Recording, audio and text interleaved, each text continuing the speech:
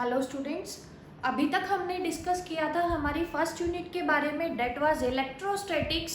And हमने starting में ही पढ़ा था कि जो इलेक्ट्रोस्टैटिक्स है वो क्या है, हमारे पास फिजिक्स की वो ब्रांच जिसके अंदर चार्जेस हमारे पास किस में थे, रेस्ट के अंदर थे।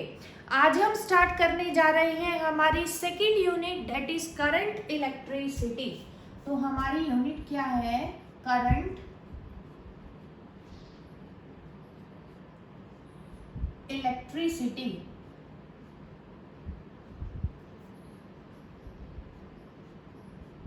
जैसा कि इलेक्ट्रोस्टैटिक्स के अंदर था हमारे पास चार्जेस एट रेस्ट थे, करंट इलेक्ट्रिसिटी का मतलब देखेंगे सभी क्या होता है।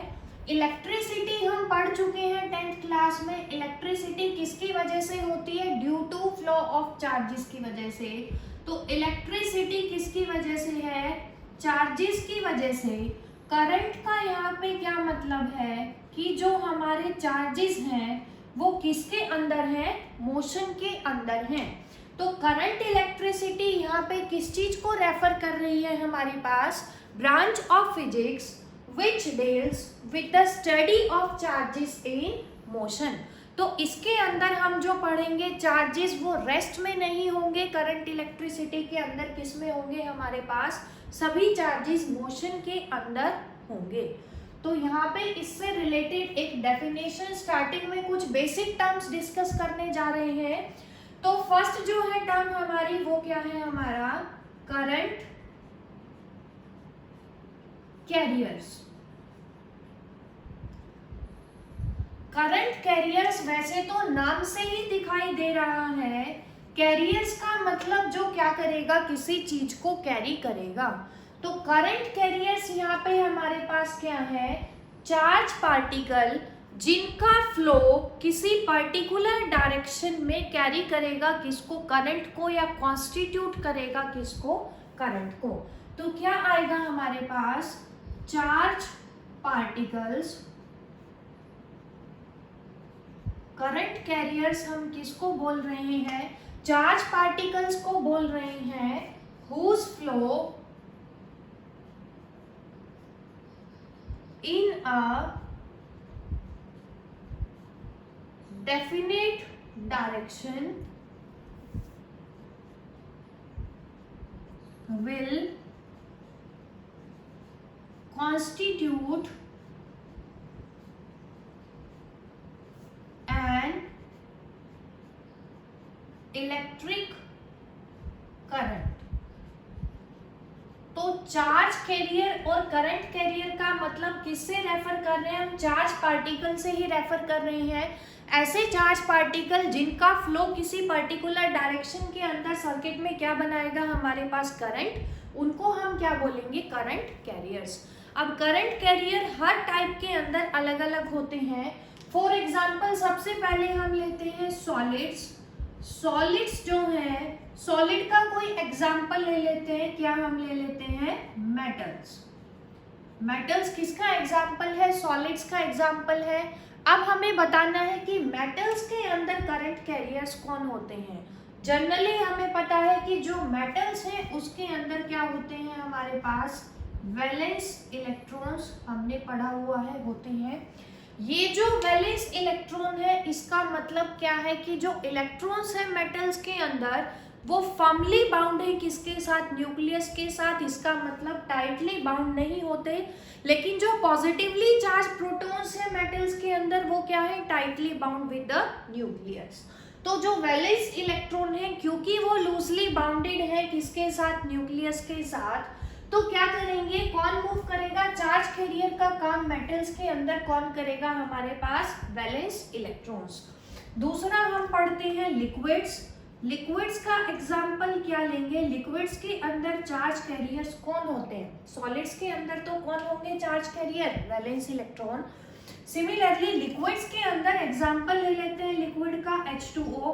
आपने पढ़ा होगा वाटर के अंदर क्या होते हैं, आयंस। क्या होगा, एक पॉजिटिव आयन होगा, एक नेगेटिव आयन होगा। क्या क्या होगा, H पॉजिटिव और H नेगेटिव। तो लिक्विड्स के अंदर करंट कैरियर का काम कौन करेगा, पॉजिटिव एंड नेगेटिव आयंस। तीसरा है हमारे पास गैसेस।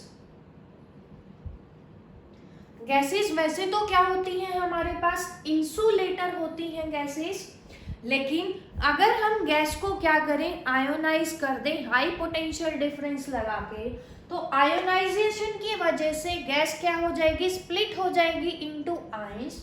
तो उसके बाद गैसेस भी क्या बन जाएंगे हमारे पास, गैसेस के अंदर भी क्या होंगे, करंट कैरियर्स होंगे। आफ्टर आयोनाइजेशन गैसेस के अंदर क्या होंगे हमारे पास, एक तो पॉजिटिव आयंस होंगे, दूसरा क्या होंगे, इलेक्ट्रॉन्स होंगे। तो गैसेस के अंदर चार्ज कैरियर कौन होते हैं, एक तो पॉजिटिव आयंस, दूसरा क्या होंगे, नेगेटिवली चार्ज इलेक्ट्रॉन्स। एक और ले लेते हैं केस, सेमीकंडक्टर आप लोगों ने केमिस्ट्री में पढ़ा होगा सॉलिड स्टेट के अंदर। सेमीकंडक्टर्स के अंदर चार्ज कैरियर्स कौन होते हैं आप लोग याद रखेंगे, आपने पढ़ा होगा सेमीकंडक्टर के अंदर P type semiconductor, N type semiconductor. तो किसी के अंदर तो मेजॉरिटी चार्ज कैरियर्स क्या होते हैं, पी टाइप के अंदर positively charge holes, and N type के अंदर हमने पढ़ा है charge carriers are negatively charge electrons. तो सेमीकंडक्टर के अंदर चार्ज कैरियर कौन होंगे, positively charge holes and negatively charge electrons. तो ये हमने पढ़ा किसके बारे में, करंट कैरियर्स के बारे में, कि होते क्या है करंट कैरियर। किसको बोला हमने करंट कैरियर, चार्ज पार्टिकल को ही बोला, जो किसी अगर पर्टिकुलर डायरेक्शन में फ्लो करेंगे तो सर्किट में क्या बनेगा हमारे पास, करंट बनेगा। एग्जाम्पल पढ़े हमने, सॉलिड्स के अंदर तो कौन होंगे charge carrier, valence electrons. Liquids के अंदर कौन होंगे, positive and negative ions. Similarly gases के अंदर positive and negative charge electrons. लेकिन ये कब होंगे, आफ्टर आयोनाइजेशन। इनिशियली तो क्या थी गैस हमारे पास, इंसुलेटर का काम करेगी। सिमिलरली सेमीकंडक्टर के अंदर क्या होगा, एक तो पॉजिटिवली चार्ज होल्स होंगे, दूसरा नेगेटिवली चार्ज इलेक्ट्रॉन्स होंगे, जो किसका काम करेंगे, चार्ज कैरियर्स का काम करेंगे। अब एक नेक्स्ट डेफिनेशन हम पढ़ते हैं, वो भी आप लोग पढ़ चुके हैं 10th क्लास में, डेट इज इलेक्ट्रिक करंट।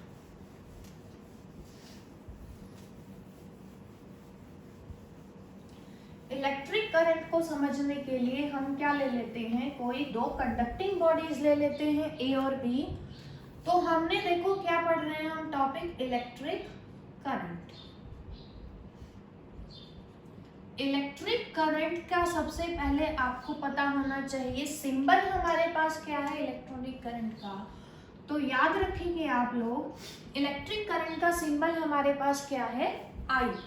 अब देखेंगे हमने क्या लिया है, दो कंडक्टिंग बॉडीज ले ली ए और बी।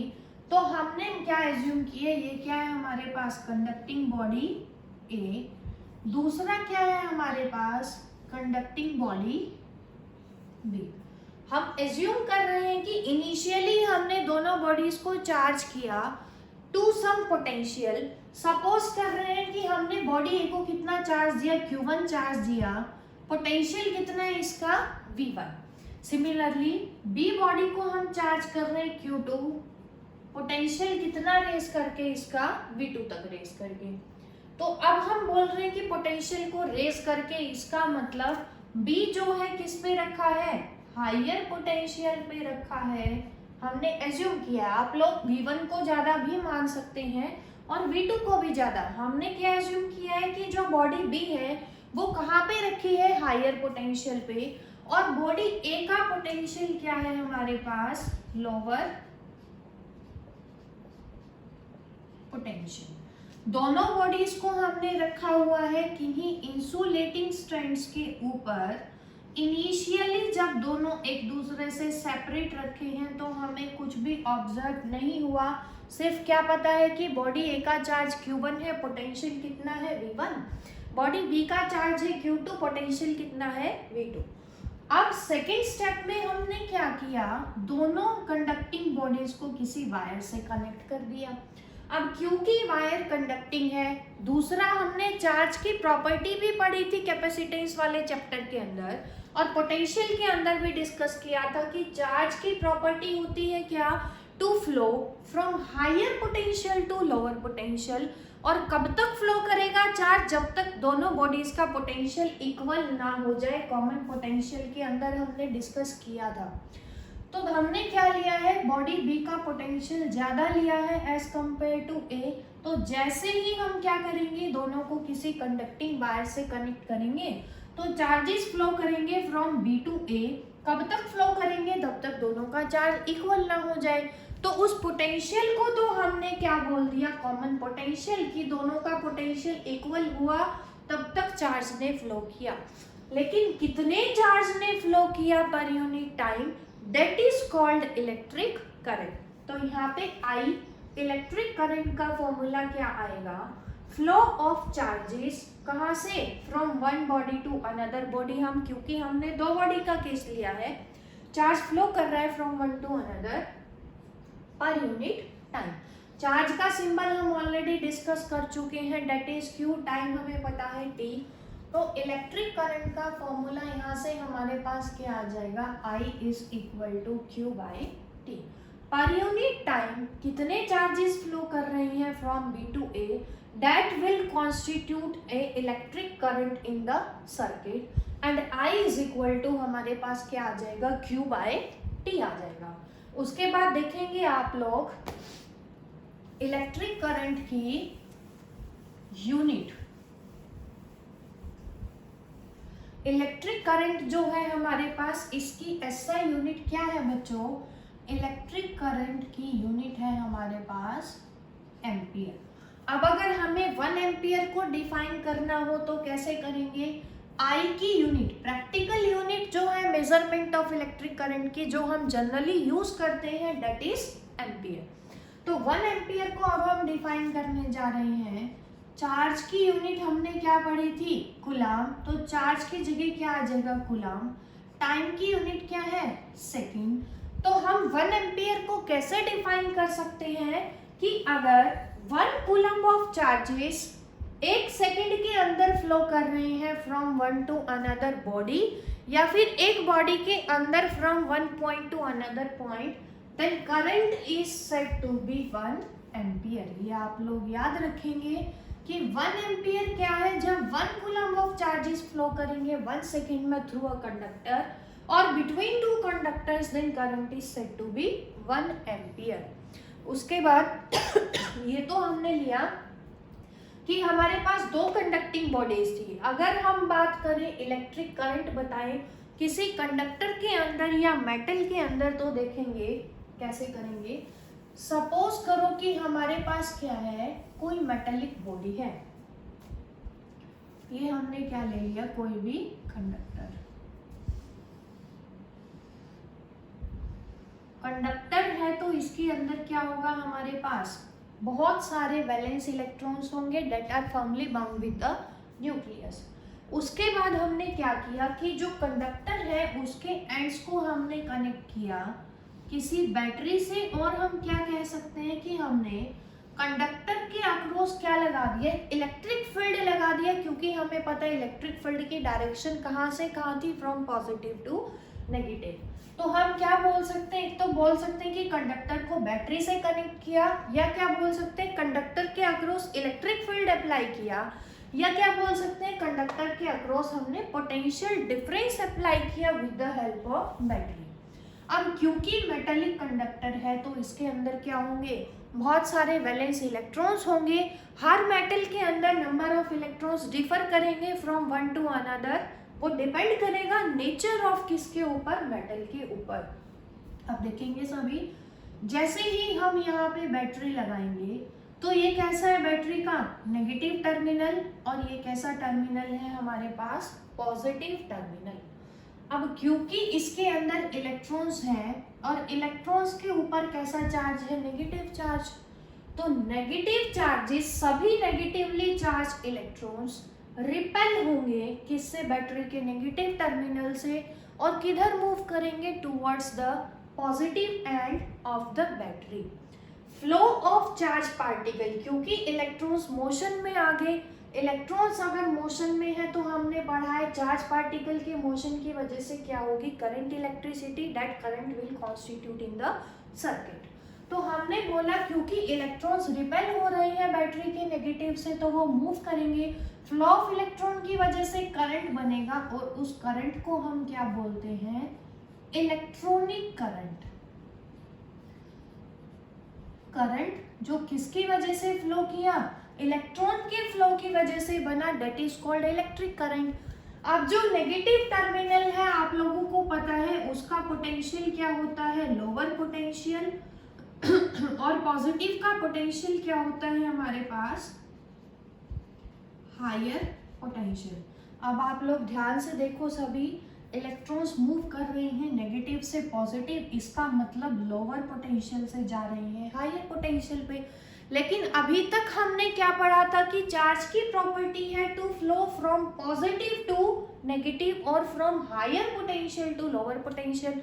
तो उस साइन कन्वेंशन का क्या हुआ, तो उस बात को क्या करने के लिए कि हमारे पास क्योंकि चार्ज की प्रॉपर्टी होती है to flow from higher to potential, higher potential to lower potential, उस साइन कन्वेंशन को मेंटेन रखने के लिए हमने एक और करंट एज्यूम किया सर्किट के अंदर, जो क्या होगा, इक्वल होगा बट अपोजिट होगा to the electronic current, and that current is called conventional current.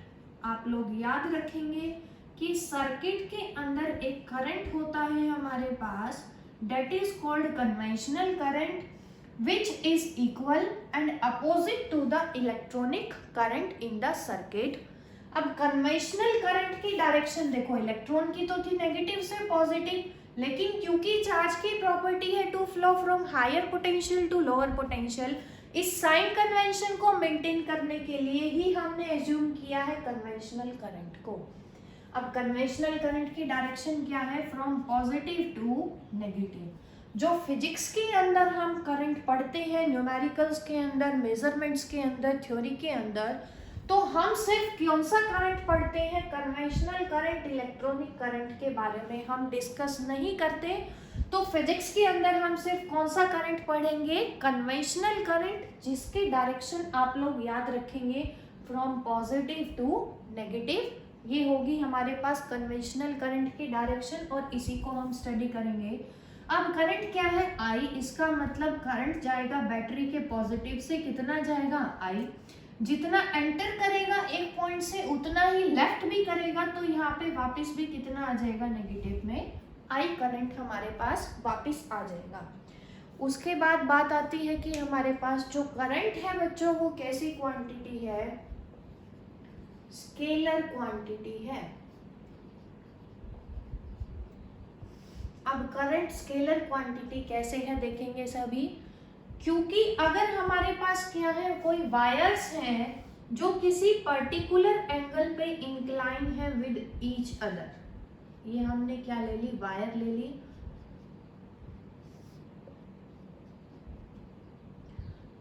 तो दो वायर ली हमने, दोनों किसी एंगल पे इंक्लाइन है, हमारे पास I1 और I2 करंट फ्लो कर रहा है। तो अगर हमें टोटल करंट निकालना है तो टोटल करंट कैसे होगा, I0 is equal to I1 plus I2। तो टोटल करंट देखो, यहाँ से जा रहा था करंट I0 कि डिवाइड हो गया दो पार्ट में, I1 और I2 में। तो क्योंकि जो टोटल करंट निकाल रहे हैं हम सर्किट के अंदर, वो किसको फॉलो कर रहा है, लॉ ऑफ स्केलर एडिशन को फॉलो कर रहा है, स्केलर एडिशन, वेक्टर एडिशन के लॉ को ओबे नहीं कर रहा, इसीलिए करंट को हम क्या बोलते हैं, एक स्केलर क्वांटिटी। तो आप लोगों को ध्यान में रखना है, पहला तो क्या याद रखेंगे, इलेक्ट्रिक करंट का formula that is I is equal to Q by T। दूसरा, इलेक्ट्रिक करंट की यूनिट याद रखेंगे हम, डेट इज एम्पियर। तीसरा, इसके अंदर क्या रखेंगे कि फिजिक्स के अंदर जो हम करंट स्टडी करते हैं वो कौन सा करंट स्टडी करते हैं, डेट इज कन्वेंशनल करंट। और फोर्थ क्या याद रखेंगे कि जो इलेक्ट्रिक करंट है हमारे पास, that is a scalar quantity because it follows the law of vector addition. उसके बाद है हमारे पास, देखेंगे आप लोग, नेक्स्ट टॉपिक हमारा electronic current in case of conductors.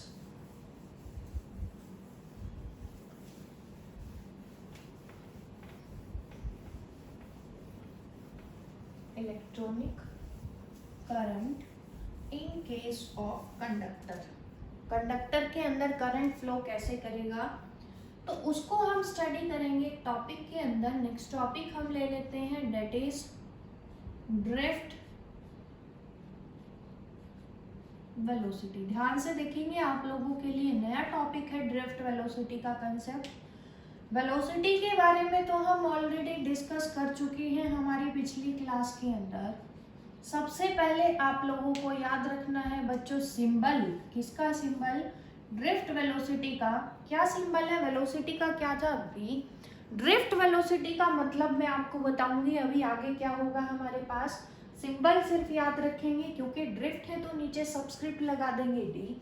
अब वेलोसिटी तो हम ऑलरेडी डिस्कस कर चुके हैं, क्या है, एक वेक्टर क्वांटिटी है, तो ड्रिफ्ट वेलोसिटी के ऊपर हमने क्या लगाया, वेक्टर का सिंबल। अब देखेंगे सभी, सपोज करो हमारे पास इनिशियली, मैंने अभी बोला था ना कि अब हम डिस्कस करने जा रहे हैं next topic, that is current किसी कंडक्टर के अंदर, इलेक्ट्रॉनिक करंट इन कंडक्टर्स कैसे होगा। सपोज करो हमारे पास क्या है, कोई मेटालिक कंडक्टर, केस 1 ले लिया हमने।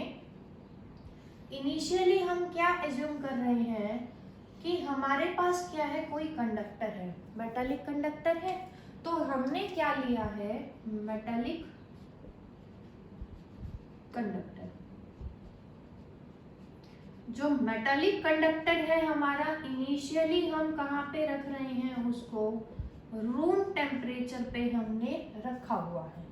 अब हम सपोज क्या करने जा रहे हैं कि जो मेटालिक कंडक्टर है, क्योंकि मेटल है तो ऑब्वियस सी बात है इसके अंदर क्या होंगे, बहुत सारे फ्री कैरियर्स होंगे, चार्ज कैरियर। मेटल के अंदर चार्ज कैरियर कौन था, वैलेंस इलेक्ट्रॉन्स थे। तो हमने सपोज किया कि ये जो मेटालिक कंडक्टर है जिसको रूम टेम्परेचर पे हमने रखा हुआ है, इसके अंदर क्या है, n number of free electrons हमारे पास है। अब n इलेक्ट्रॉन्स है हमारे पास कंडक्टर के अंदर, मेटालिक कंडक्टर है, रूम टेम्परेचर पे रखा हुआ है, तो रूम टेम्परेचर पे सभी इलेक्ट्रॉन्स रेंडमली डिस्ट्रीब्यूट होंगे डिफरेंट डायरेक्शन में।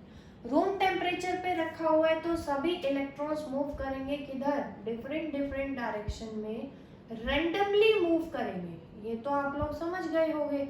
अब रेंडमली मूव कर रहे हैं क्योंकि इलेक्ट्रॉन्स, तो वो क्या करेंगे, कोलाइड करेंगे, एक दूसरे के साथ भी करेंगे, दूसरा इसकी कंडक्टर की वॉल के साथ भी कोलाइड करेंगे।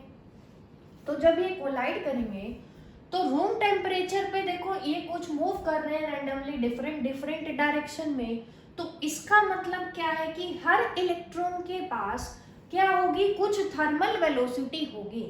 थर्मल वेलोसिटी का मतलब देखेंगे आप लोग यहाँ पे क्या है, वो वेलोसिटी जो कौन एक्वायर कर रहा है, एक इलेक्ट्रॉन, कहाँ पे, रूम टेम्परेचर पे, that is called thermal velocity. अब क्या है हमारे पास, n इलेक्ट्रॉन्स हैं, तो फर्स्ट इलेक्ट्रॉन की थर्मल वेलोसिटी हमने मान लिया कितना, u1, सेकंड की हमने मान ली थर्मल वेलोसिटी u2। ऐसे ही हमारे पास क्योंकि n इलेक्ट्रॉन्स है तो टोटल थर्मल वेलोसिटी कितनी आ गई, up to un। Average thermal velocity जब निकालेंगे पूरे मेटालिक कंडक्टर की, तो उसको हमने मान लिया u। u लिख लेंगे आप लोग सभी, u किसको रिप्रेजेंट कर रहा है, एवरेज थर्मल वेलोसिटी। अब हमें एवरेज निकालना है थर्मल वेलोसिटी का, थोड़ा सा देखेंगे आप लोग ध्यान से। एवरेज निकालने जा रहे हैं, सभी इलेक्ट्रॉन्स रैंडमली डिस्ट्रीब्यूट हैं डिफरेंट डायरेक्शन में, जो एक दूसरे के साथ भी कोलाइड कर रही हैं, as well as with the walls of the conductor, तो average thermal velocity will be 0। तो सबसे पहली बात तो एवरेज निकालेंगे कैसे, सभी को क्या करेंगे, ऐड करेंगे और डिवाइड करेंगे किससे, टोटल नंबर ऑफ इलेक्ट्रॉन से, जो कि कितने लिए हैं हमने n, and it is equal to 0। तो यहाँ से हमने क्या ऑब्जर्व किया कि अगर किसी भी मेटालिक कंडक्टर को हम रखेंगे रूम टेम्परेचर पे, तो average thermal velocity due to their random motion is equal to 0। अब केस सेकंड हम डिस्कस कर रहे हैं। सेकंड केस में हमने क्या लिया कि जो मेटालिक कंडक्टर है हमारे पास, अब हम समझाने जा रहे हैं कंसेप्ट ऑफ ड्रिफ्ट वेलोसिटी।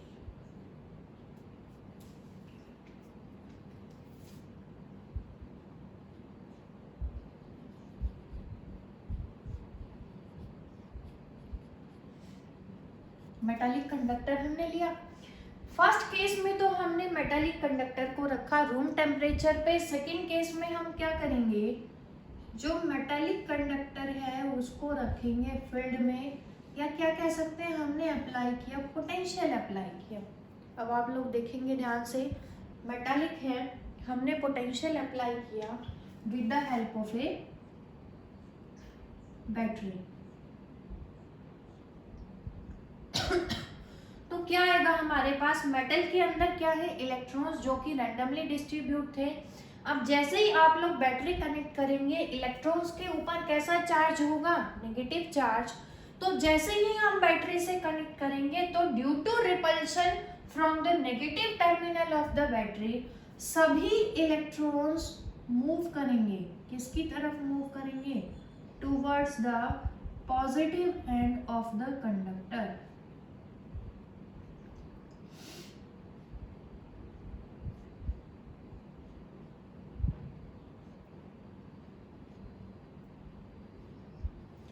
क्या है, अभी तक तो रैंडमली डिस्ट्रीब्यूट थे, लेकिन जैसे ही बैटरी लगाएंगे तो रिपल्शन की वजह से सभी इलेक्ट्रॉन माइग्रेट करेंगे, मूव करेंगे या ड्रिफ्ट करेंगे, ये बोल सकते हैं हम। किसकी तरफ मूव कर रहे हैं, towards the positive end of the conductor. तो ये जो एवरेज वेलोसिटी होती है हमारे पास, जिससे इलेक्ट्रॉन्स मूव करते हैं किसकी तरफ, towards the positive and, that is called drift velocity. तो डेफिनेशन क्या आएगी देखेंगे सभी,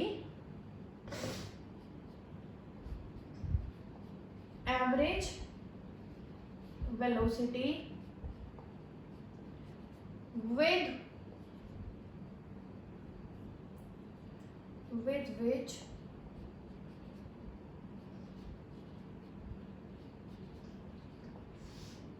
electrons are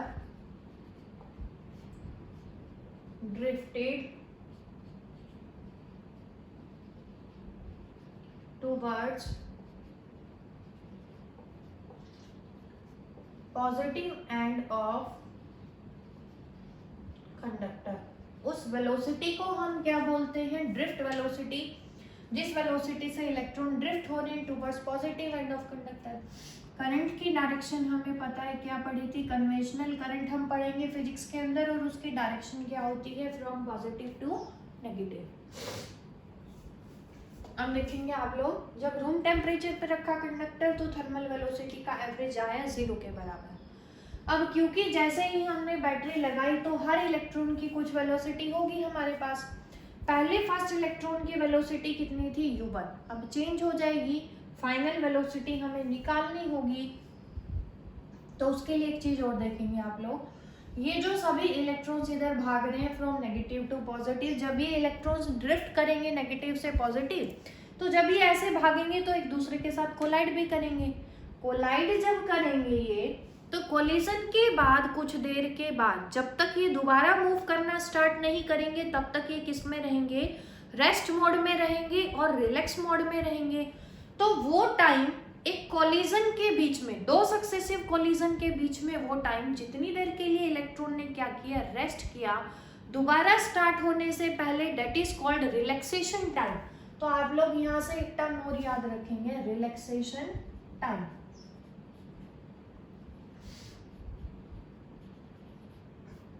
टाइम का सिंबल क्या लेते हैं, टी। रिलैक्सेशन टाइम को डिनोट करेंगे बच्चों टो से। तो रिलैक्सेशन टाइम का मतलब क्या है, टाइम, कौन सा टाइम, एवरेज टाइम, किसके बीच में, बिटवीन टू सक्सेसिव कोलिजन्स। दो कोलिजन के बीच में जितनी देर इलेक्ट्रॉन ने रेस्ट किया, that is called our relaxation time. अब देखेंगे आप लोग, फर्स्ट इलेक्ट्रॉन की वेलोसिटी जब रूम टेम्परेचर पे रखा था u1, लेकिन जब हम उसको फील्ड में रखेंगे तो वेलोसिटी कितनी होगी हमें निकालनी है। कैसे निकालेंगे, फ्रॉम इक्वेशंस ऑफ मोशन। हमने पढ़ा हुआ है 11th क्लास में first equation of motion, that is v is equal to u plus at।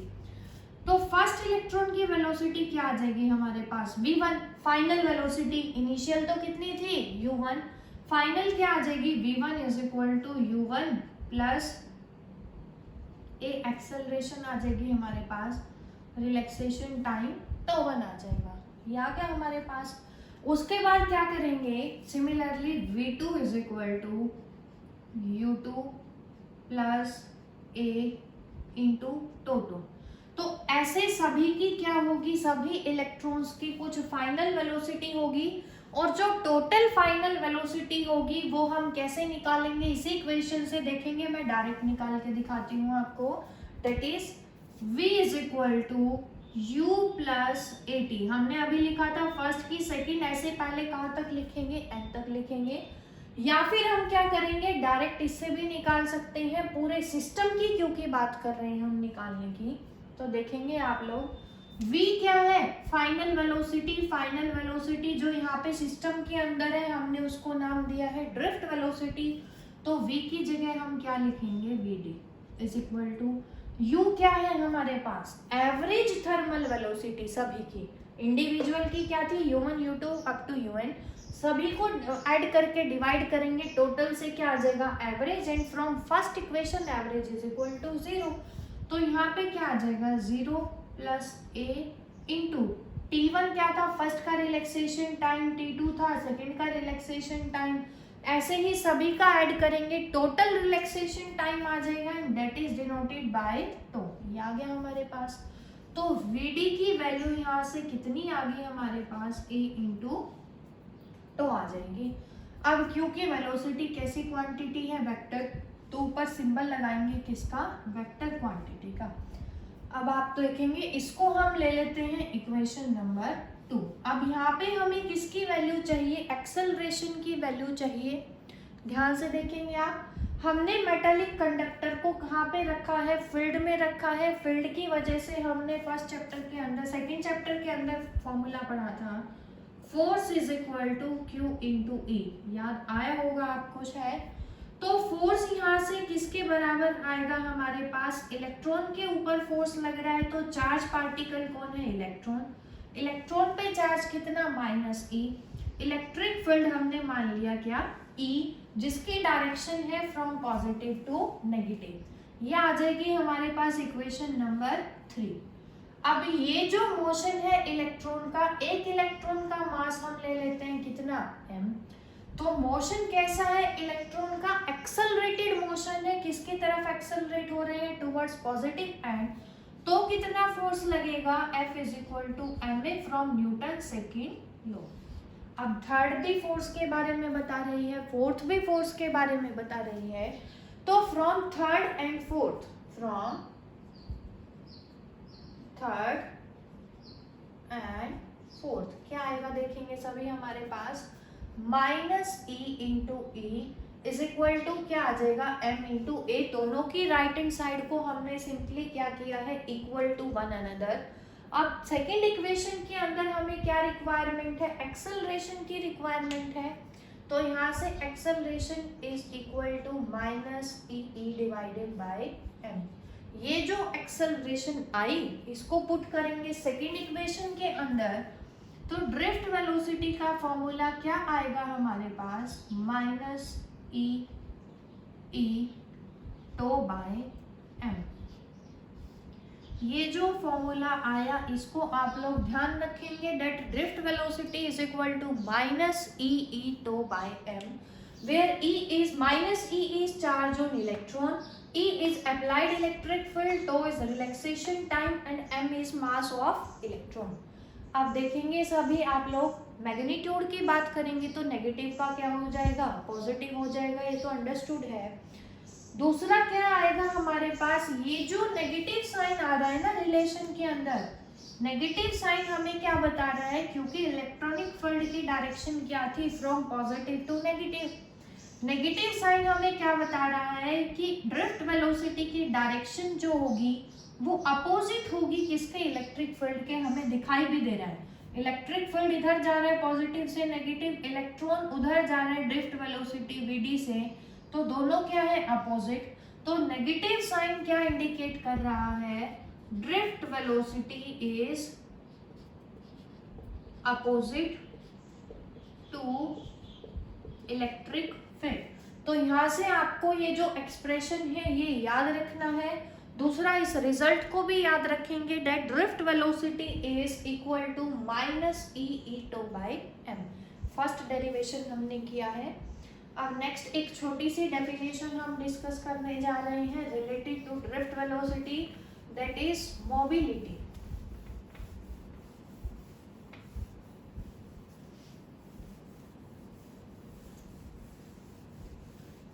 क्या है हमारा नेक्स्ट टॉपिक? मोबिलिटी।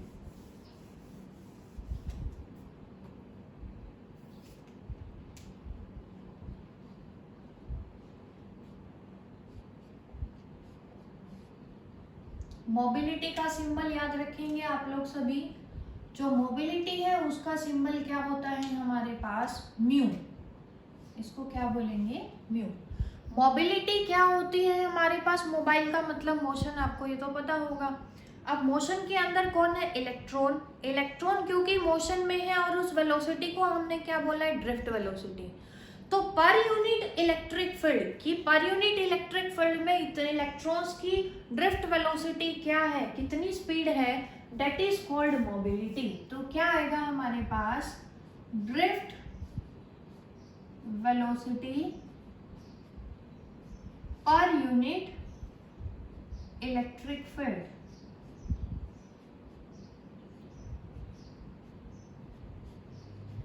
अब जो मोबिलिटी है हमारे पास उसको हम बोल सकते हैं that it is defined as the ratio of magnitude of drift velocity to the electric field.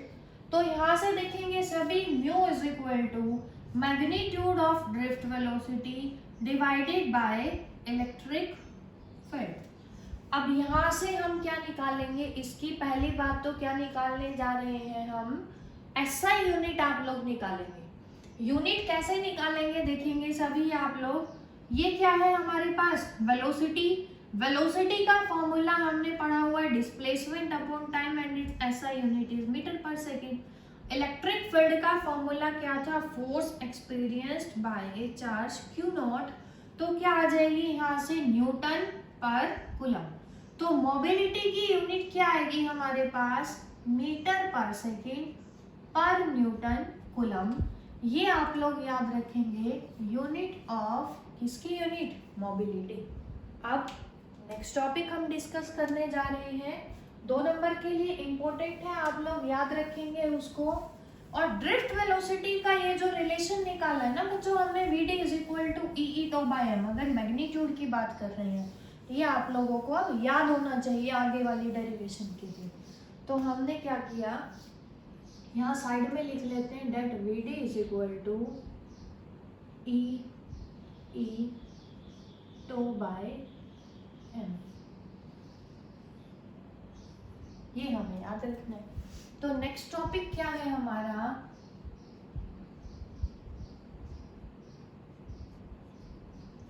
Relation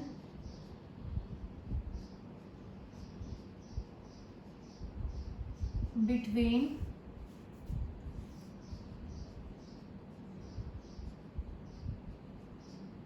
current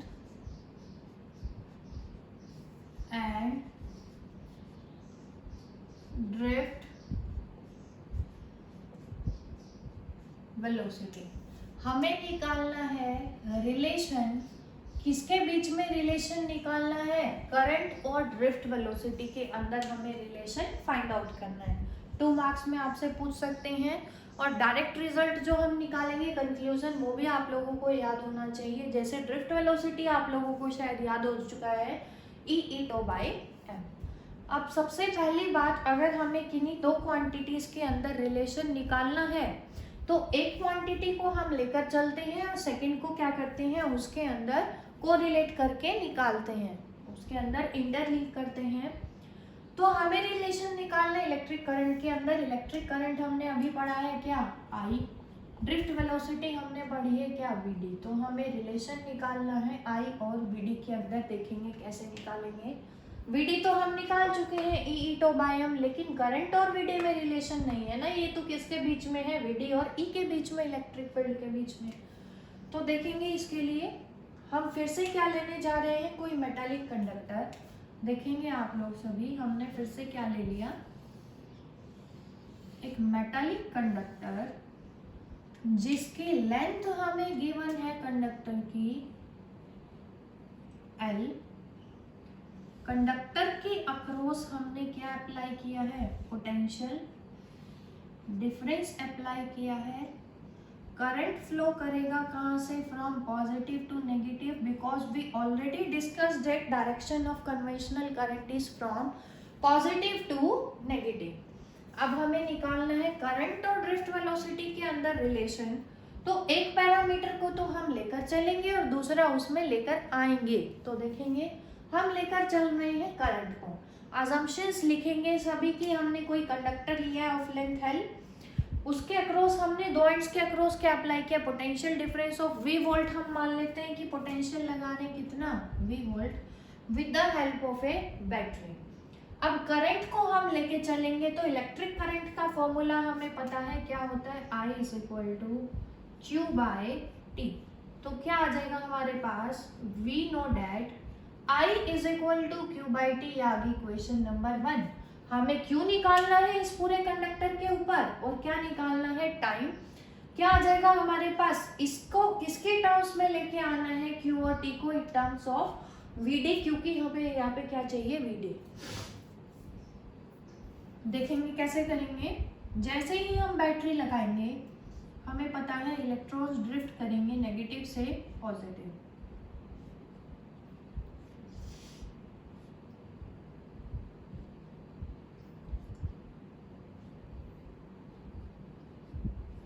ये आ गया हमारे पास। अब देखेंगे आप लोग, हम एज्यूम कर रहे हैं कि हमारे पास टोटल नंबर ऑफ जो इलेक्ट्रॉन्स हैं कंडक्टर के अंदर वो कितने हैं, कैपिटल N। तो कैपिटल N यहाँ पे किसको रेफर कर रहा है, टोटल नंबर ऑफ इलेक्ट्रॉन्स। हमने कंडक्टर के अंदर कितने लिए, total number of electrons N।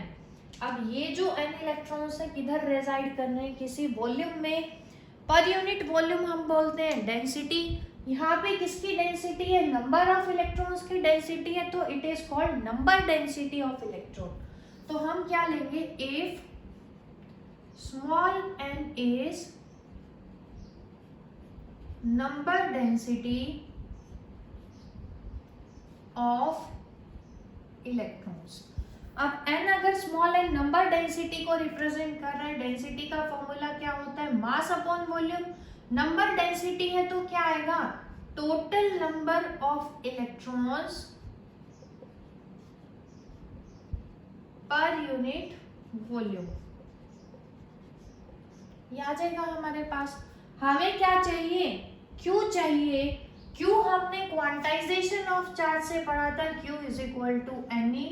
N हमारे पास टोटल नंबर ऑफ इलेक्ट्रॉन्स है और वो कितने लिए हैं हमने, N। तो अगर हमें टोटल नंबर ऑफ इलेक्ट्रॉन्स की वैल्यू पता चल जाए पूरे वॉल्यूम ऑफ कंडक्टर में, तो हम क्या निकाल सकते हैं, numerator of equation number 1 that is Q। अब टोटल नंबर ऑफ इलेक्ट्रॉन्स चाहिए हमें, तो नंबर डेंसिटी क्या आ जाएगी, total number of electrons capital N हमने लिए हैं, वॉल्यूम ऑफ कंडक्टर क्या आ जाएगा, area into length of the conductor. अब हमें तो क्या चाहिए, कैपिटल N चाहिए, तो कैपिटल N यहाँ से क्या आ जाएगा बच्चों, ALN ये आ जाएगा। अगर नंबर ऑफ इलेक्ट्रॉन्स टोटल पता चल गए कंडक्टर के अंदर पूरे वॉल्यूम में, तो क्वांटाइजेशन ऑफ चार्ज से हमें पता चल जाएगा Q कितना आ जाएगा, ALNE। इसको हम ले लेते हैं इक्वेशन नंबर 2। अब दूसरा क्या चाहिए हमें, फर्स्ट इक्वेशन के अंदर टाइम चाहिए। टाइम का फॉर्मूला हमने पढ़ा हुआ है, time is equal to distance by speed.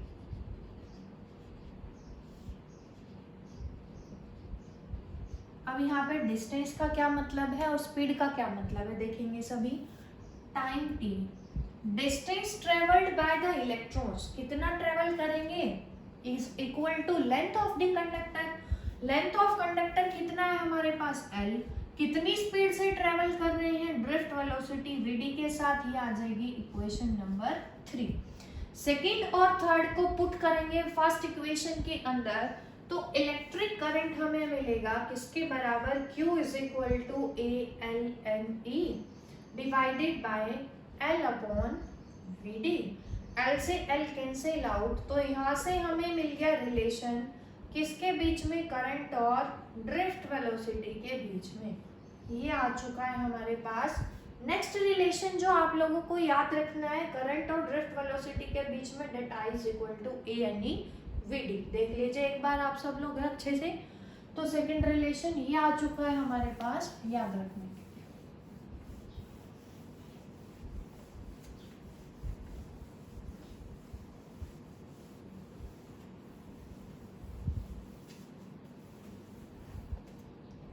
First क्या था, VD is equal to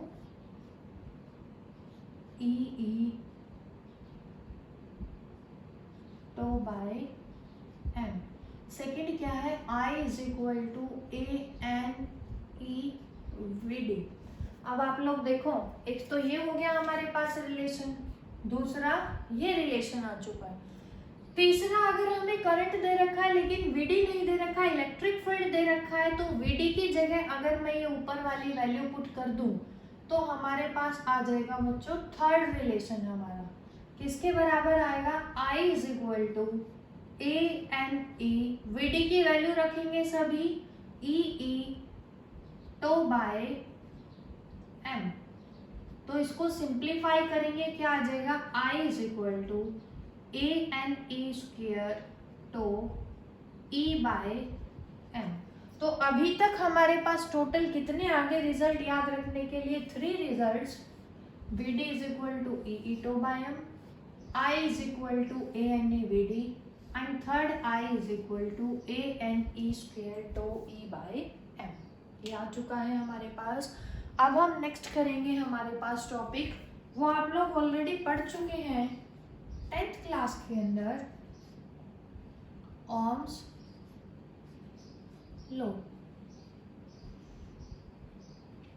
Ohm's law ने बच्चों हमें क्या बोला कि अगर हम किसी भी कंडक्टर के दो एंड के अक्रॉस या कोई कंडक्टिंग मटेरियल ले सकते हैं, फॉर एग्जांपल हमने क्या ले ली, एक वायर ले ली।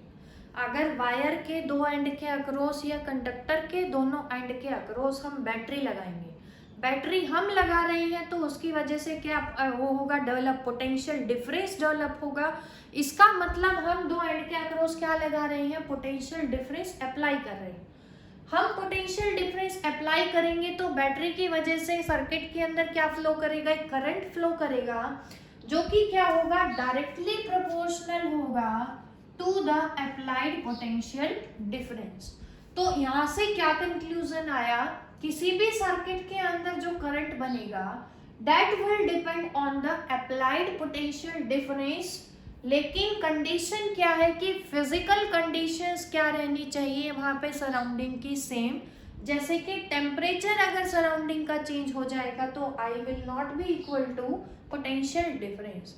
तो कंडीशन है कि current produced is directly proportional to applied potential difference, तो होगा, लेकिन तभी होगा जब क्या होगा, हमारे पास फिजिकल कंडीशंस क्या रहेंगी, सराउंडिंग की सेम। और क्या लिख सकते हैं हम इसको, V is directly proportional to I।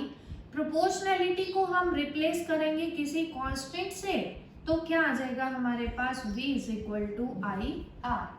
अब R जो है हमारे पास यहाँ पे देखेंगे कांस्टेंट ऑफ प्रोपोर्शनलिटी है, और इसको हम क्या बोलते हैं, इलेक्ट्रिकल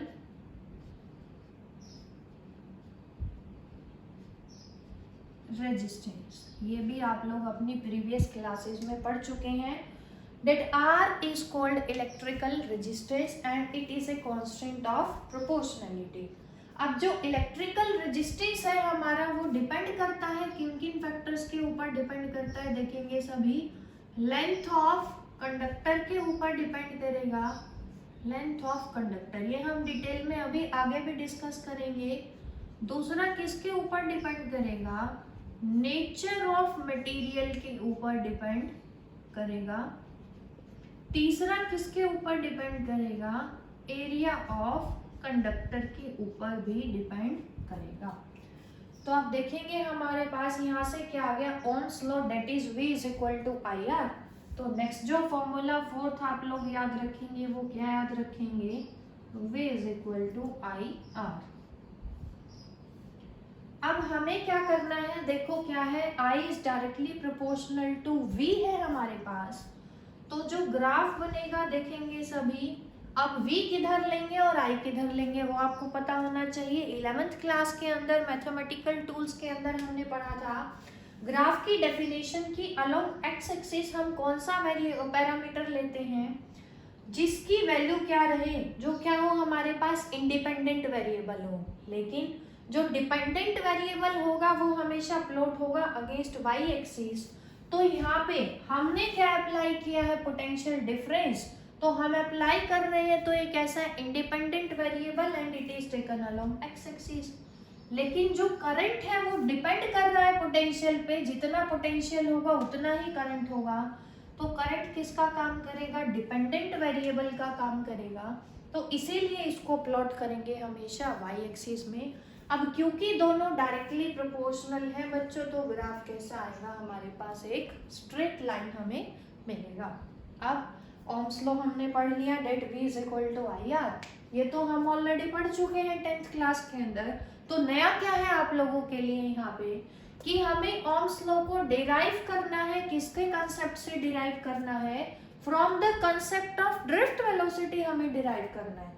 तो टॉपिक क्या बनेगा हमारे पास, इजी सा है, देखेंगे सभी, deduction of Ohm's law from drift velocity.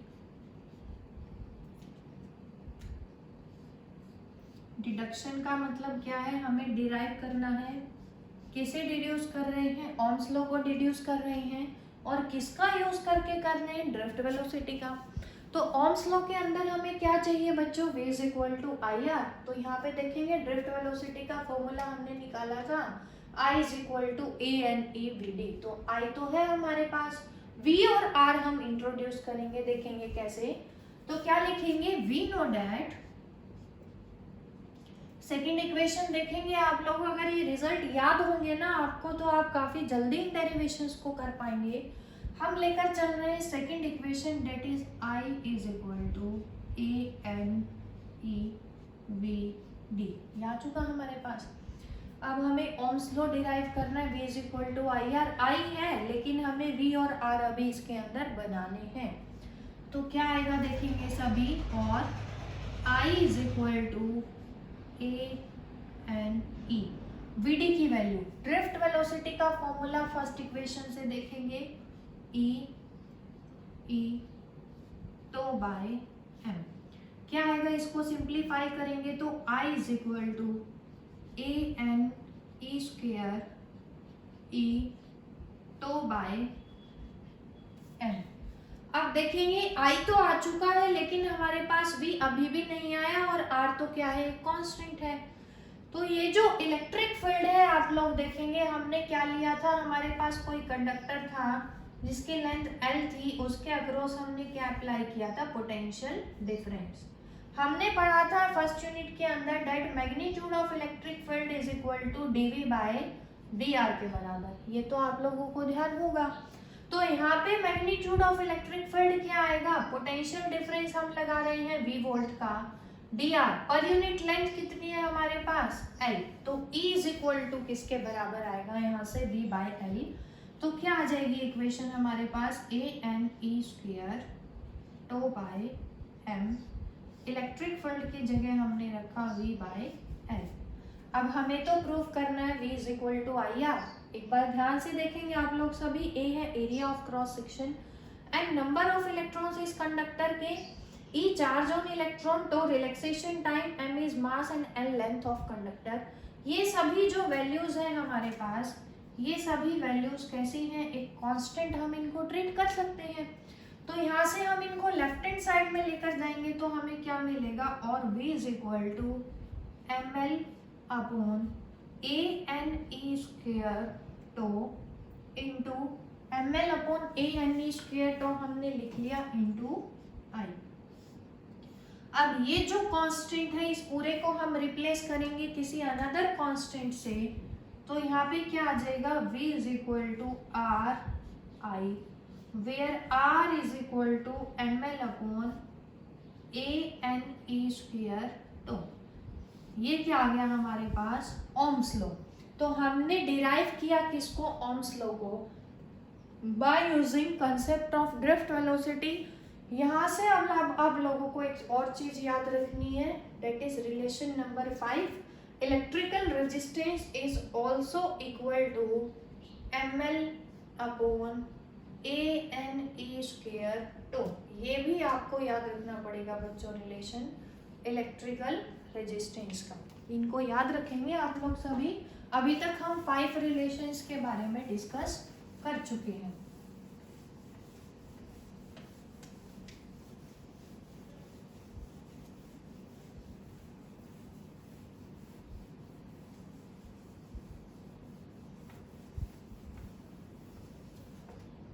उसके बाद हम क्या पढ़ेंगे, हमारे पास next topic that is electrical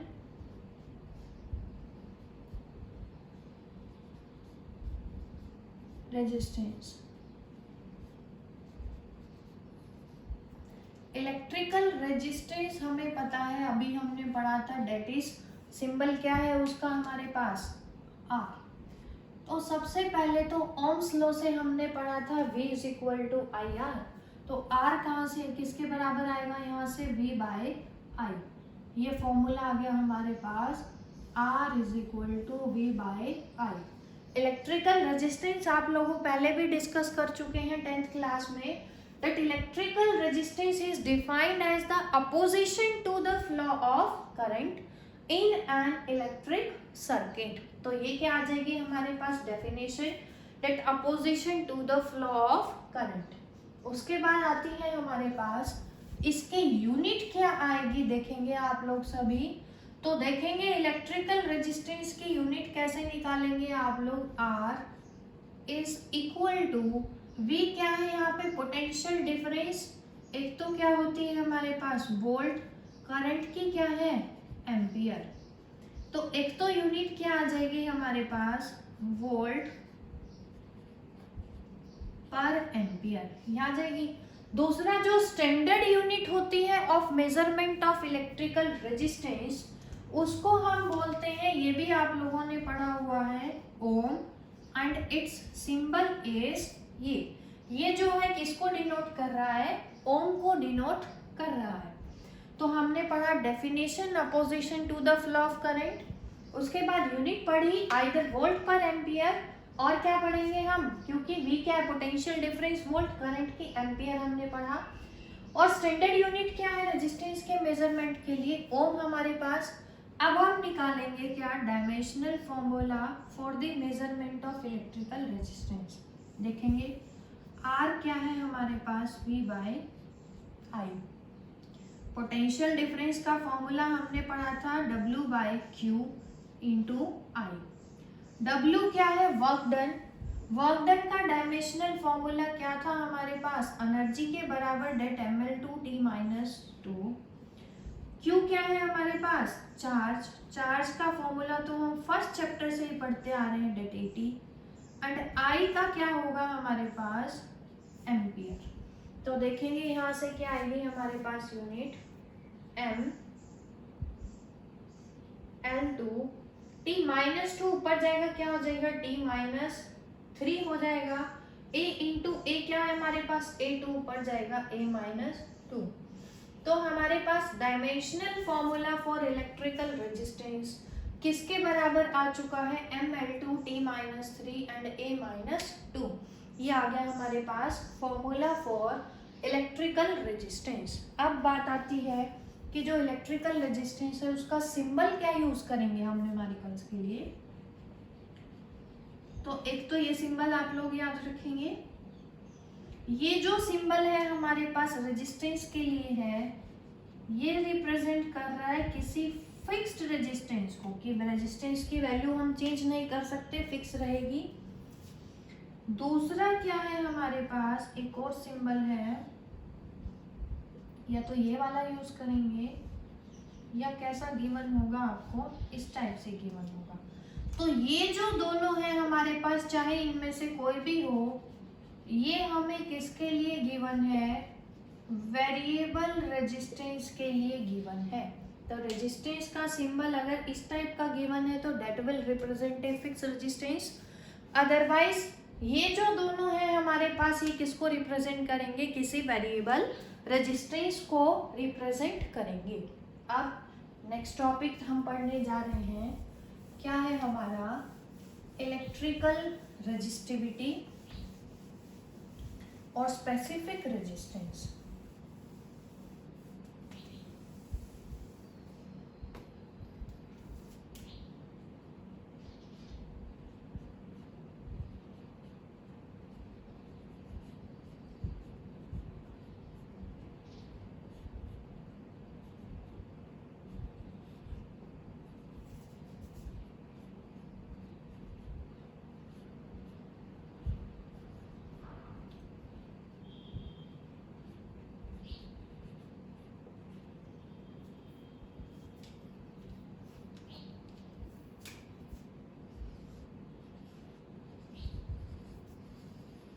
ये भी आप लोग पढ़ चुके हैं, इलेक्ट्रिकल रेजिस्टिविटी का सिंबल 10th क्लास में हम डिस्कस कर चुके हैं, that electrical resistivity is denoted by रो।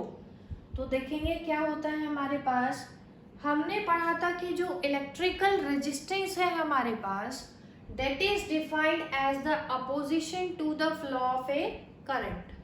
अब किसी भी कंडक्टर के दो एंड्स के अक्रॉस जो हम रेजिस्टेंस निकालेंगे वो डिपेंड किस किस फैक्टर पे करेगा, देखेंगे सभी। पहला तो किस पे डिपेंड करेगा, लेंथ ऑफ कंडक्टर पे, ये भी हम पढ़ चुके हैं। और कैसे करेगा, directly proportional to the length of the conductor. दूसरा पैरामीटर हमारे पास क्या है, that electrical resistance is inversely proportional to the area of the conductor. तीसरा फैक्टर क्या है हमारे पास, नेचर ऑफ द मटेरियल।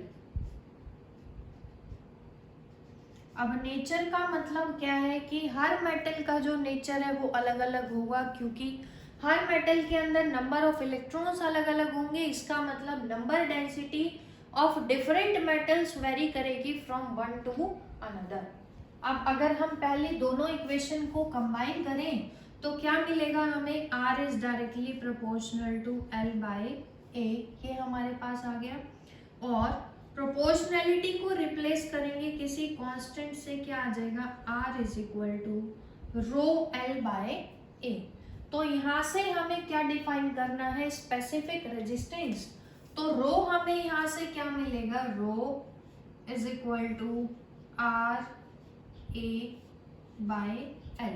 ये फॉर्मूला याद रखेंगे आप लोग। तो सिक्स्थ रिलेशन भी आ गया है आपके पास याद रखने के लिए, rho is equal to R A by L, ये आप लोग याद रखेंगे सभी। अब देखेंगे सभी, rho is equal to R A by L आ चुका है हमारे पास, where rho is a constant of proportionality which is called electrical resistivity और specific resistance। तो सबसे पहले इसकी यूनिट निकाल लेते हैं। रेजिस्टेंस की यूनिट हमने पढ़ी हुई है, क्या पढ़ी हुई है, ओम। एरिया की क्या थी, metre square, divided by length की क्या आएगी हमारे पास, मीटर। मीटर से मीटर कैंसिल आउट, तो इलेक्ट्रिकल रेजिस्टिविटी की यूनिट आप याद रखेंगे, यहाँ से क्या आएगी, ओम मीटर। तो यूनिट ऑफ इलेक्ट्रिकल रेजिस्टिविटी हमने यहाँ से निकाला ओम मीटर।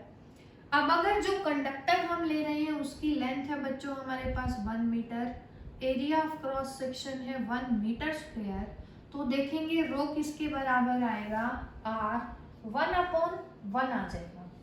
तो यहाँ से क्या कंक्लूजन निकाला हमने कि जो इलेक्ट्रिकल रेजिस्टिविटी है is equal to the electrical resistance of the conductor if area of cross section and length of conductor both क्या हो हमारे पास यूनिट हो, अगर दोनों की वैल्यू क्या हो यूनिटी हो हमारे पास, तो क्या आ जाएगा यहाँ से हमारे पास इलेक्ट्रिकल रेजिस्टिविटी स्पेसिफिक रेजिस्टेंस के बराबर आ जाएगी। अब इलेक्ट्रिकल रेजिस्टेंस का formula in terms of relaxation time तो हमने निकाल रखा है, तो फिफ्थ को जब यहाँ पे पुट करोगे ना तो हमें रो का फॉर्मूला मिल जाएगा। तो क्या आएगा हमारे पास rho is equal to R, R हमारा क्या है ml upon a n E square, तो ये आ गया आर ए बाय एल, क्या आ जाएगा ए बाय एल। देखो ए से ए कैंसिल आउट, एल से एल कैंसिल आउट, रो क्या आ गया हमारे पास m upon N E square, तो यहाँ पे ये भी याद रखेंगे आप सेवंथ, रो का formula m upon N E square, तो आज आप लोगों के पास याद करने के लिए काफी काम हो जाएगा।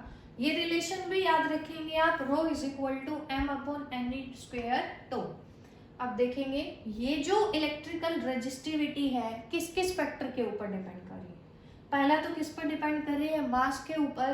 कैसे कर रही है, मास की क्या है डायरेक्टली प्रोपोर्शनल। दूसरा किसके ऊपर डिपेंड कर रही है, नंबर डेंसिटी के ऊपर, इनवर्सली प्रोपोर्शनल है नंबर डेंसिटी के ऊपर। तो अगर नंबर डेंसिटी ज्यादा होगी तो रो क्या होगा कम होगा हमारे पास। दूसरा डिपेंड कर रही है चार्ज के ऊपर। तीसरा रिलैक्सेशन टाइम के ऊपर इनवर्सली डिपेंड कर रही है। अगर रिलैक्सेशन टाइम बढ़ेगा तो रो क्या होगा डिक्रीज होगा, एंड वाइस वर्सा हो जाएगा हमारे पास।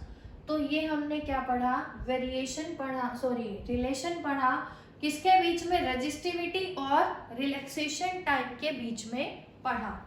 तो ये किसको रिप्रेजेंट कर रहे हैं हमारे पास, फैक्टर्स को, किन किन फैक्टर्स को जिनके ऊपर हमारे पास डिपेंड कर रहा है ये। अब नेक्स्ट देखेंगे हमारे पास फैक्टर्स,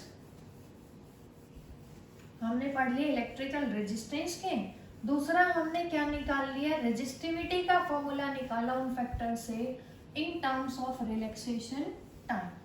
अब हम पढ़ेंगे नेक्स्ट फॉर्मूले के लिए काम करेंगे, इफेक्ट ऑफ टेम्परेचर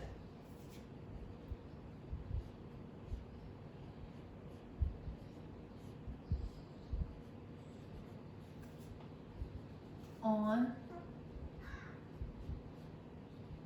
इलेक्ट्रिकल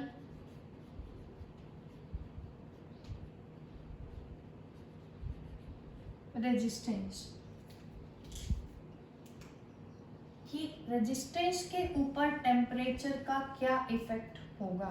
ध्यान से देखेंगे आप, रेजिस्टेंस क्या था हमारे पास, opposition to the flow of current. अगर हम टेम्परेचर को इंक्रीज करेंगे तो थर्मल वेलोसिटी इलेक्ट्रॉन्स की क्या होगी बच्चों, इंक्रीज होगी। मतलब इलेक्ट्रॉन्स ज़्यादा स्पीड से ड्रिफ्ट करेंगे towards the positive end of the conductor. अब क्योंकि उनकी स्पीड ज़्यादा है तो नंबर ऑफ कोलिजन्स भी क्या होंगे, ज़्यादा होंगे। नंबर ऑफ कोलिजन्स तो ज़्यादा होंगे क्योंकि थर्मल वेलोसिटी ज़्यादा है, उसकी वजह से रिलैक्सेशन टाइम क्या हो जाएगा उनका, डिक्रीज हो जाएगा। रिलैक्सेशन टाइम अगर डिक्रीज हो जाएगा, हमें पता है R is inversely proportional to relaxation time, तो रिलैक्सेशन टाइम डिक्रीज होगा तो ये क्या हो जाएगा, इंक्रीज हो जाएगा। तो यहां से हमने क्या कंक्लूजन निकाला, if temperature of conductor increases then resistance भी क्या होगा हमारे पास, इंक्रीज होगा। अब हम ले रहे हैं कि हमारे पास कोई कंडक्टर है, इनिशियली जब उसका टेम्परेचर हम ले लेते हैं T1 तो उसका रेजिस्टेंस हमने ले लिया बच्चों कितना, R1। अब हम कह रहे हैं कि हमने T1 को चेंज कर दिया कहाँ तक, अप टू T2 तक, तो रेजिस्टेंस बन गया कंडक्टर का कितना बन गया हमारे पास, R2 बन गया। अब हमें पता है कि टेम्परेचर के इंक्रीज होने से रेजिस्टेंस कितना होगा, इंक्रीज होगा। रेजिस्टेंस कितना इंक्रीज होगा, total change in temperature, total change in temperature, degree Celsius में बात कर लेंगे कितना आएगा T2 माइनस T1। पहले T1 था फिर T2 था, तो टोटल चेंज कितना आ गया T2 माइनस T1। टेम्परेचर के चेंज होने से रेजिस्टेंस के अंदर टोटल फ्रैक्शनल चेंज कितना होगा, फ्रैक्शनल चेंज इन रेजिस्टेंस किसके बराबर आएगा, चेंज पहले R1 था फिर R2 इंक्रीज हो रहा है तो R2 माइनस R1। फ्रैक्शनल का मतलब with respect to original change कितना हुआ हमारा R1। तो अब हमें क्योंकि पता है कि टेम्परेचर इंक्रीज होगा तो रेजिस्टेंस भी क्या होगा, इंक्रीज। तो इंक्रीज इन टेम्परेचर यहां से किसके बराबर आ जाएगा या क्या कह सकते हैं हम, और fractional increase in resistance, fractional increase in resistance is directly proportional to change in temperature। Temperature को हम जितना चेंज करेंगे उतना ही फ्रैक्शनल चेंज होगा रेजिस्टेंस के अंदर। अब फ्रैक्शनल चेंज इन R क्या है हमारे पास, R2 minus R1 divided by R1 is directly proportional to T2 minus T1।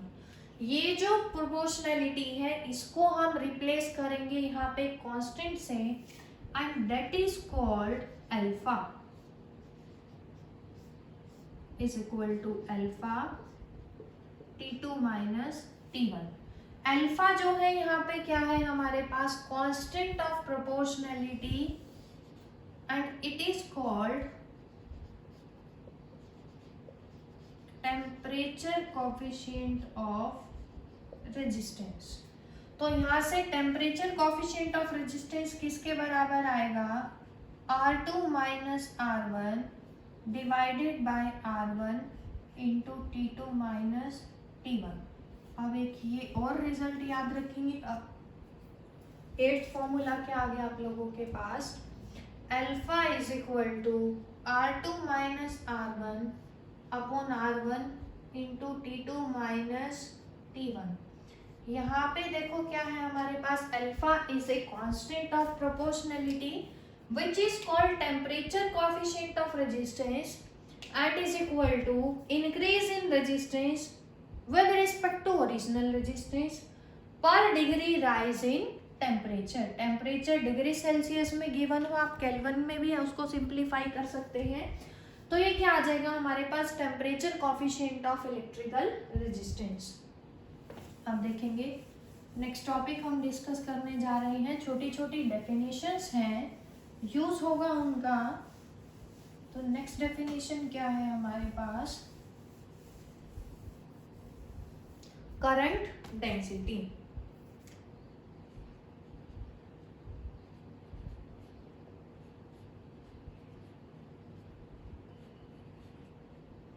Current density का फॉर्मूला क्या है हमारे पास, सबसे पहले आप लोगों को सिंबल पता होना चाहिए करंट डेंसिटी का। करंट डेंसिटी के लिए आप लोग याद रखेंगे सिंबल J। डेंसिटी है तो क्या आएगा, पर यूनिट आएगा। पर यूनिट क्या आएगा हमारे पास, करंट डेंसिटी का फॉर्मूला होता है बच्चे electric current per unit area. तो J का फॉर्मूला क्या आ जाएगा यहाँ से, I बाय A। आप लोग याद रखेंगे, ये बेसिक डेफिनेशंस हैं। तो 9th रिलेशन, ये 8 तो आप लोग याद रखेंगे, 9th जो आप लोग याद रखेंगे, इधर हम लाइन लगा देते हैं। 9th रिलेशन आप लोगों के लिए क्या आ चुका है अब, J is equal to I by A। ये आ गया हमारे पास। अब देखेंगे करंट की यूनिट क्या होती है हमारे पास, एम्पियर। एरिया की क्या थी, मीटर स्क्वायर। तो करंट डेंसिटी की यूनिट क्या आ जाएगी, एम्पियर पर मीटर स्क्वायर। दूसरी जो डेफिनेशन हम पढ़ने जा रहे हैं वो हम पढ़ रहे हैं कंडक्टेंस। कंडक्टेंस का सिंबल आप लोग याद रखेंगे, कंडक्टेंस का सिंबल क्या होगा, कैपिटल G होगा। केमिस्ट्री में भी आप लोग ऑलरेडी डिस्कस कर चुके होंगे। कंडक्टेंस जो है बच्चों क्या होती है, रेसिप्रोकल ऑफ इलेक्ट्रिकल रेजिस्टेंस। अब यहाँ से देखेंगे इसकी यूनिट क्या है। इलेक्ट्रिकल रेजिस्टेंस की यूनिट क्या थी, ओम। तो कंडक्टेंस की यूनिट आप लोग याद रखेंगे, एक तो क्या होगी हमारे पास ओम इनवर्स होगी। अदर यूनिट्स जो है हमारे पास कंडक्टेंस की वो क्या होंगी, एक तो होती है हमारे पास मो या फिर क्या होती है साइमन। कैपिटल एस से आप लोग इसको डिनोट करेंगे। तो कंडक्टेंस की यूनिट्स क्या है, ओम इनवर्स, मो एंड साइमन। नेक्स्ट हम डेफिनेशन पढ़ेंगे, इलेक्ट्रिकल रेजिस्टिविटी पढ़ चुके थे अब करेंगे डेफिनेशन, कंडक्टिविटी की डेफिनेशन हम डिस्कस करेंगे। कंडक्टिविटी का सिंबल है आप लोगों के पास सिग्मा। कंडक्टेंस तो है रेसिप्रोकल रेजिस्टेंस का, कंडक्टिविटी है जो रेसिप्रोकल होगी रेजिस्टिविटी का, याद रखेंगे सभी। रेजिस्टिविटी का रेसिप्रोकल है हमारे पास। रेजिस्टिविटी की यूनिट्स हमने क्या निकाली थी, रो इज इक्वल टू क्या था, आर ए बाई एल, ये हमने निकाला था। आर की क्या थी, इसकी यूनिट क्या आई थी यहाँ से, ओम मीटर।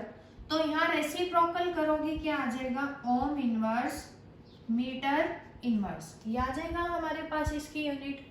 दूसरी अदर यूनिट्स क्या आएगी हमारे पास, ओम इनवर्स को हम मो भी बोल सकते हैं, तो क्या आ जाएगी मो मीटर इनवर्स, और साइमन मीटर इनवर्स ही आ जाएगी।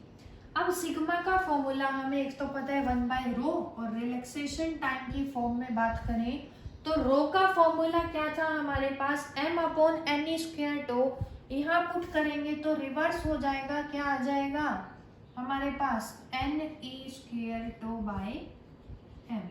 तो जो इलेक्ट्रिकल कंडक्टिविटी है वो क्या आ गया हमारे पास, नेक्स्ट फॉर्मूला आप लोगों के लिए, sigma is equal to ne²/m। तो अगर रिलैक्सेशन टाइम बढ़ेगा तो सिग्मा क्या होगी, इंक्रीज होगी। नंबर डेंसिटी बढ़ेगी तो भी क्या होगी, सिग्मा इंक्रीज होगी हमारे पास, because it is directly proportional to both this parameter, that is number density and relaxation time. अब देखेंगे हमारे पास नेक्स्ट इन्हीं तीनों का यूज करके, दो का यूज करके एक रिलेशन आपसे पूछ सकते हैं।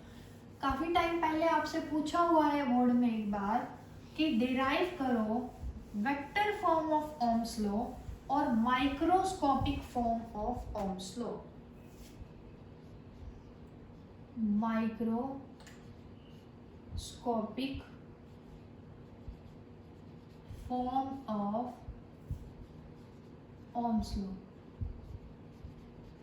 या फिर क्या बोलेंगे, वेक्टर फॉर्म। देखेंगे कंफ्यूज नहीं होंगे अगर ऐसा कभी दिखता है आपको, microscopic form of Ohm's law तो हमने पढ़ा था V = IR, लेकिन माइक्रोस्कोपिक फॉर्म निकालेंगे, देखेंगे सभी कैसे। हमें रिलेशन पता था करंट और ड्रिफ्ट वेलोसिटी के अंदर, फ्रॉम सेकेंड इक्वेशन आप लोग ये लिखेंगे तो हमें क्या पता है, वी नो डैट क्या है हमारे पास सेकेंड इक्वेशन से, I is equal to ANEVD, ये हमें पता है। अब A को इधर हम ले आते हैं, I/A बन जाएगा, NEVD क्या है, ड्रिफ्ट वेलोसिटी का मैग्नीट्यूड, फर्स्ट इक्वेशन से किसके बराबर है, E/m, ये आ गया हमारे पास।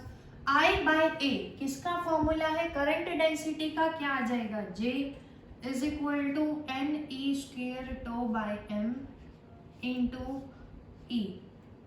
अब ne²/m किसका फॉर्मूला है, सिग्मा का, तो J यहाँ से क्या आ जाएगा हमारे पास, सिग्मा इंटू E। ये जो है हमारे पास relation between J sigma E, it is called vector form of Ohm's law और microscopic form of Ohm's law हमारे पास आ चुका है। नेक्स्ट अब हम पढ़ेंगे हमारे पास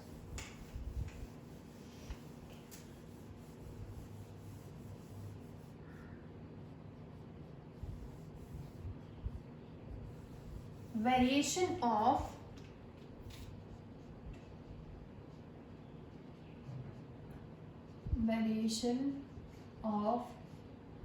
resistivity with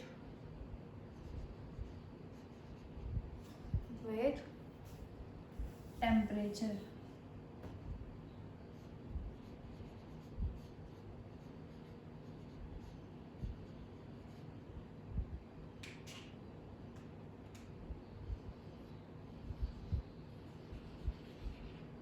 देखेंगे सब लोग रो का वेरिएशन देखेंगे टेम्परेचर में। तो सबसे पहला जो हम केस ले रहे हैं वो डिस्कस कर रहे हैं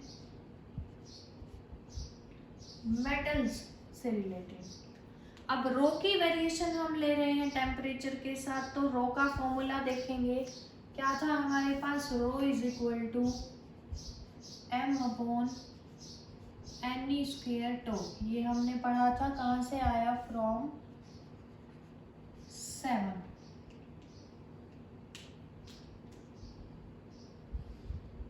अब आप लोग देखेंगे कि अगर हम टेम्परेचर को इंक्रीज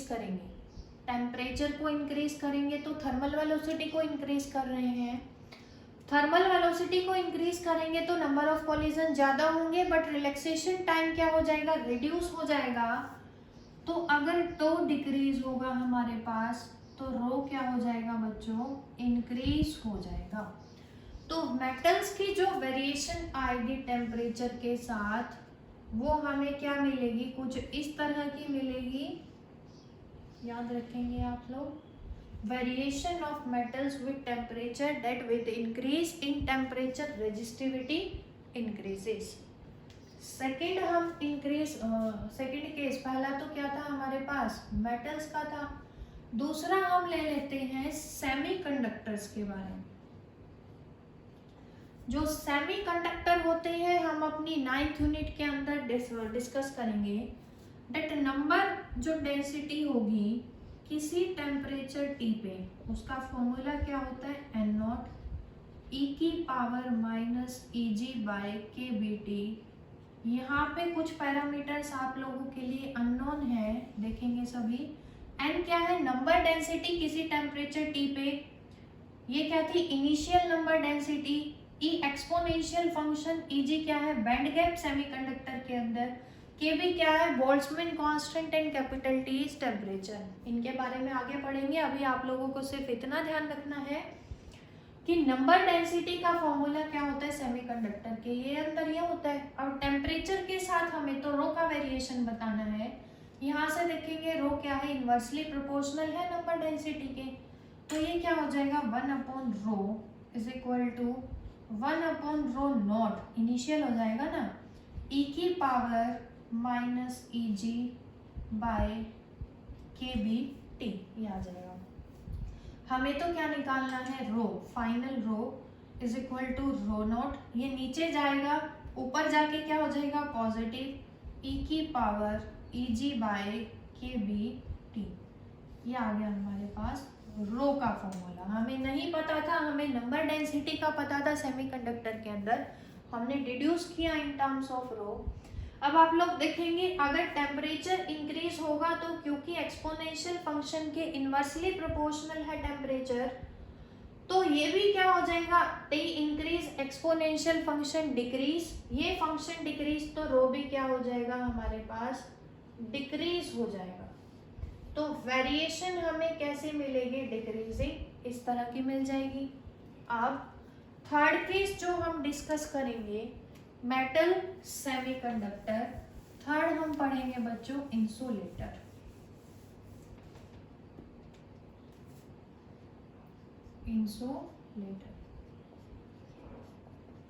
इंसुलेटर के अंदर भी ऐसा ही होगा, जो हमारे पास rho is equal to rho naught, rho depend करेगा एक्सपोनेंशियल फंक्शन के ऊपर, कैसे करेगा, ई की power E g by k B T.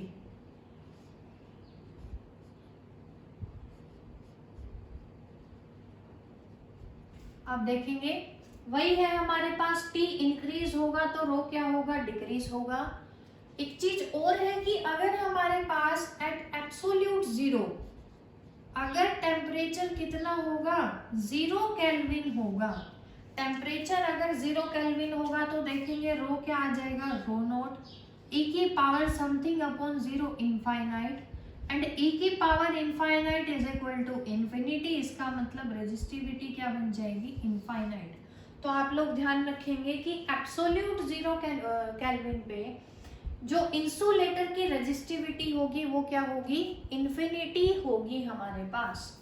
अब लास्ट केस हम डिस्कस करते हैं किससे रिलेटेड टू इलेक्ट्रोलाइट।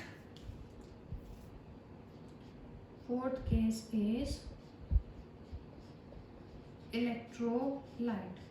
इलेक्ट्रोलाइट क्या होते हैं बच्चों, आप लोगों ने इलेक्ट्रोकेमिस्ट्री के अंदर पढ़ा होगा कि वो सॉल्यूशन जिसके अंदर हम इलेक्ट्रॉन्स ऑफ ए सेल को डिप करते हैं। अब देखेंगे आप सब, जैसे ही हम टेम्परेचर को क्या करेंगे बच्चों, इंक्रीज करेंगे, तो इलेक्ट्रोलिटिक सॉल्यूशन की, क्योंकि टेम्परेचर इंक्रीज हो जाएगा, विस्कोसिटी क्या हो जाएगी, कम हो जाएगी।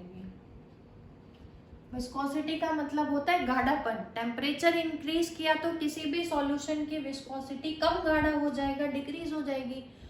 अगर कम गाढ़ा होगा हमारे पास तो ड्रिफ्ट वेलोसिटी जो होगी आयंस की वो क्या हो जाएगी, इंक्रीज हो जाएगी। अब वीडी का फॉर्मूला फर्स्ट इक्वेशन से देखेंगे सभी, ई टो बाय एम। अगर वीडी इंक्रीज होगा तो इसका मतलब टो भी क्या होगा, इंक्रीज होगा। टो इंक्रीज होगा तो रो क्या होगा, रो का फॉर्मूला क्या है, m अपॉन एम स्क्वायर तो टो इंक्रीज होगा तो रो क्या होगा हमारे पास, डिक्रीज। फिर से देखेंगे, किसी भी इलेक्ट्रोलिटिक सॉल्यूशन की विद इंक्रीजिंग टेम्परेचर विस्कोसिटी कम होगी, कम गाढ़ा होगा तो इलेक्ट्रॉन्स और आयंस ज्यादा मोबाइल होंगे, ज्यादा मोबाइल होंगे तो ड्रिफ्ट वेलोसिटी बढ़ेगी, तो टी भी क्या होगा, बढ़ेगा। टी अगर बढ़ेगा हमारे पास तो रो क्या हो जाएगा, डिक्रीज हो जाएगा। ये हमने पढ़ा variation of electrical resistivity with temperature, किस किस के लिए, मेटल्स के लिए, सेमीकंडक्टर्स के लिए, इंसुलेटर्स के लिए। उसके बाद हमने पढ़ा किसके लिए, इलेक्ट्रोलाइट के लिए हमने पढ़ा। आज के लिए इतना ही डिस्कस करेंगे, आगे के टॉपिक हम अपनी नेक्स्ट वीडियो में डिस्कस करें। तब तक के लिए वीडियो को इसको अच्छे से देखें। Thank you very much.